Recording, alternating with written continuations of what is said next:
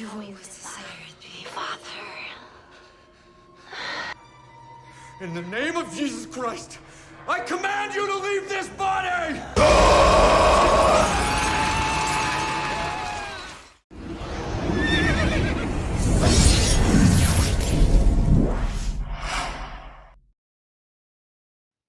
Movie के start में हम एक लड़की को देखते हैं जिसका नाम मेगली होता है। ये लड़की पूरी तरह से एक खतरनाक डीमन के काबू में थी जो कि इस पर हावी हो चुका था। तो इसके घर वाले मेगली को बेड के साथ बांध देते हैं और इस डीमन को मेगली के अंदर से निकालने के लिए वो लोग एक फादर को बुलाते हैं जिनका नाम पीटर होता है। घर में आने के बाद फादर पीटर मेगली की फैमिली से बाहर रुकने का कहते हुए उस रूम के अंदर चले जाते हैं जहाँ पर इन सब घर वालों ने मेगली को बांध रखा था। अंदर आते ही फादर वहाँ पर कैमरा सेट करके मेगली का एक्सोर्सिज्म करने की कोशिश करते हैं, लेकिन इस डीमन पर इनका कोई असर नहीं होता क्योंकि वो बहुत ही ज्यादा पावरफुल था। वो फादर का ध्यान भटकाने के लिए इनको अलग अलग तरीके से बहकाने की कोशिश करता है, लेकिन फादर अपने आप पर काबू रखते हुए एक्सोर्सिज्म जारी रखते हैं। इसी बीच हमें ये भी पता चलता है कि फादर मेगली से प्यार करते हैं और ये बात वो डीमन भी जानता था। वो बार बार किसी तरह से इनको डिस्ट्रैक्ट करने लगता है, लेकिन फादर अपनी प्रे जारी रखते हैं और तभी हम देखते हैं कि मेगली एकदम से बेहोश हो जाती है। फादर जब मेगली को चेक करने जाते हैं तो इन्हें लगता है कि अब सब कुछ नॉर्मल हो चुका है, पर तभी मेगली होश में आकर फादर को किस करने लगती है जो कि कैमरे में रिकॉर्ड हो जाता है। इसके बाद कहानी 18 साल आगे जाती है जहां पर एक गार्ड जेल के कैदियों को खाना दे रहा था और वो खाना देते देते एक ऐसे सेल में चला जाता है जहां का कैदी इस पर हमला कर इसको काफी जख्मी कर देता है। तभी सीन शिफ्ट होकर फादर पीटर पर जाता है जो कि आज तक इसी गिल्ट में थे जो 18 साल पहले इन्होंने मेगली के साथ किया था। वो अपने एक सीनियर फादर के पास कन्फेशन के लिए जाते हैं और अपना वो वीडियो क्लिप इनको दिखाने का सोचते हैं, लेकिन ऐसा करने से पहले ही वो सीनियर फादर पीटर को बहुत सारा फंड का पैसा दे देते हैं, जिस वजह से वो ये वीडियो इनको नहीं दिखाते। असल में पीटर को पैसों की जरूरत थी क्योंकि इनके चर्च के बच्चे मेडिसिन ना मिलने पर काफी ज्यादा बीमार हो चुके थे, तो वो इन पैसों से अपने चर्च के बच्चों के लिए चीजें ले आते हैं। रात में पीटर को अपने रूम के बाहर से किसी के चिल्लाने की आवाज आती है, जिसका पीछा करने पर वो हॉल में आ जाते हैं और एक डिमोनिक एंटिटी इन पर अटैक कर देती है। ऐसा होते ही अचानक से इनकी आंख खुल जाती है, मीन्स कि ये सब एक नाइटमेयर था। तभी इन्हें जेल से किसी की कॉल आती है और वो आदमी पीटर को बताता है कि इनकी जेल में किसी को फादर पीटर की हेल्प चाहिए। जिसके बाद हम फादर को जेल में आता देखते हैं और जेल में आने के बाद फादर की मुलाकात एक लड़की से होती है जो कि पूरी तरह से पोजेस्ड हो चुकी थी और इसने हाल ही में एक लड़की को जान से मार दिया था। फादर के देखते ही वो पोजेस्ड लड़की इनसे कहती है कि वो दोनों पहले भी मिल चुके हैं। असल में इस लड़की को पोजेस्ट करने वाला वही डीमन था जिसने 18 साल पहले मेगली को पोजेस्ट किया था। फादर ये बात जल्दी ही समझ जाते हैं क्योंकि वो लड़की मेगली की तरह इनको बहकाने लगती है। तभी वो जल्दी से वहाँ से बाहर चले जाते हैं और इन लोगों को बताते हैं कि मैंने एक्सोर्सिज्म करना छोड़ दिया है और इस बात को 18 साल हो चुके हैं। लेकिन तभी वहाँ पर मेगली आ जाती है और फादर को समझाती है कि जिस लड़की का एक्सोर्सिज्म करने के लिए इनको बुलाया गया है असल में इसका नाम ईस्पर है और वो मेगली और फादर की ही बेटी है। ये सब उसी रात हुआ जब फादर ने मेगली के अंदर से उस डीमन को निकाला था, क्योंकि मेगली के अंदर से निकलने के बाद उस डीमन ने फादर की बॉडी को पोजेस्ट कर लिया था और फादर को काबू में करने के बाद वो डीमन मेगली का रेप कर देता है, जिसके बाद मेगली ने किसी को बताए बिना ये शहर छोड़ दिया था। ये सुनकर फादर मेगली से अपने किए की माफी मांगते हैं और मेगली भी इनको माफ कर देती है और वो कैसे भी करके इनकी बेटी को इस डीमन से बचाने का कहती है।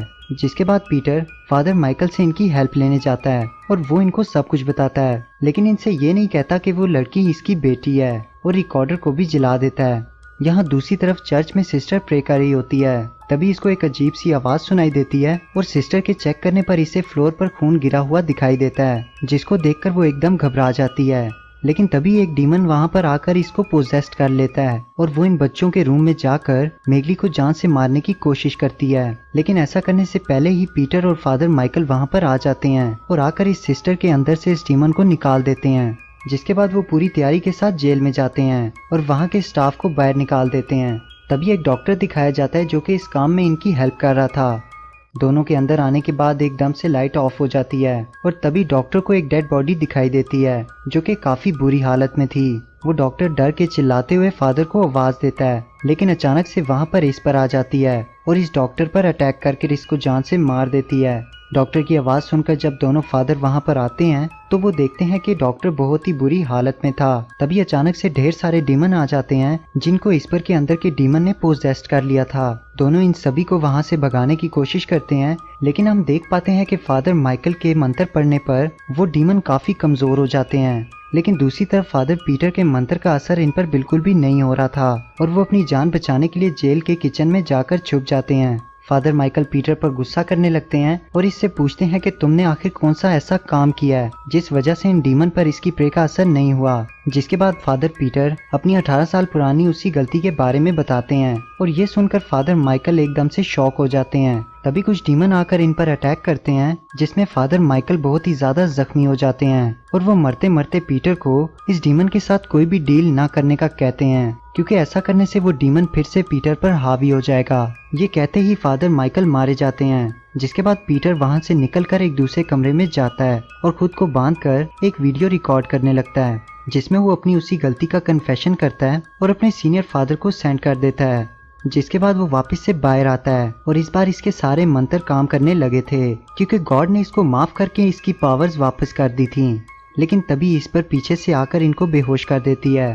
होश में आने पर वो देखते हैं कि इस पर ने इनको ढेर सारी चेनों से बांध रखा था और वो इनका एक्सॉर्सिज्म कर रही थी। फादर इस डीमन से गॉड के नाम पर इनकी बेटी की बॉडी को छोड़ने का कहते हैं, पर वो डीमन कहता है कि अगर मैंने तुम्हारी बेटी को छोड़ दिया तो तुम्हारे चर्च के बच्चे मारे जाएंगे, इसलिए पीटर को अपनी बेटी या फिर अपने चर्च के बच्चों में से किसी एक को चुनना होगा। फादर इस डीमन को ऐसा कुछ भी करने से मना करते हैं और इससे पूछते हैं कि वो क्या चाहता है और इनके साथ ऐसा क्यों कर रहा है। जिस पर वो डीमन कहता है कि वो पीटर के साथ एक डील करना चाहता है। वो चाहता है कि पीटर अपनी प्योर सोल इस डीमन के हवाले कर दे और ऐसा तभी पॉसिबल है जब वो अपने अंदर से गॉड को निकाल देगा। ऐसा करने से वो डीमन ईस्पर और बच्चों की जान छोड़ देगा, क्योंकि असल में चर्च के बच्चों को मारने के लिए भी इस डीमन ने बहुत से खतरनाक डीमंस को भेज रखा था। ये सुनकर फादर इस डीमन से डील करने के लिए मान जाते हैं और ईस्पर के अंदर से वो डीमन निकलते ही वो बेहोश हो जाती है। सब कुछ एकदम से नॉर्मल हो जाता है और फादर अपनी बेटी को लेकर जेल से बाहर आ जाते हैं। इसके बाद एक दिन फादर पीटर से मिलने इनके सीनियर फादर आते हैं जिनका नाम बिशप होता है और वो पीटर से कहते हैं कि गॉड ने इससे खुश होकर इसकी पावर्स वापस कर दी हैं और पीटर को बताते हैं कि मैंने वो वीडियो भी डिलीट कर दी थी। लेकिन तभी हम देखते हैं कि फादर पीटर की आंखें चमकने लगती हैं और बिशप समझ जाते हैं कि वो डीमन अभी भी पीटर के अंदर था। बिशप जब पीटर से इस बारे में पूछते हैं तो पीटर के अंदर से वो डीमन बात करने लगता है। वो बताता है कि पीटर ने अपनी सोल अपनी बेटी और चर्च के बच्चों को बचाने के लिए इसे दे दी थी और अब पीटर की बॉडी पूरी तरह से उसी डीमन के काबू में थी। तभी दूसरी तरफ हम देखते हैं कि इस पर की आंखें भी चमक रही थीं, विच मीन्स के गॉड ने इसको भी कोई अननोन पावर गिफ्ट कर दी थी। जिसके बाद हम देखते हैं कि फादर पीटर इस चर्च को छोड़कर हमेशा के लिए चले जाते हैं और इसी के साथ ये मूवी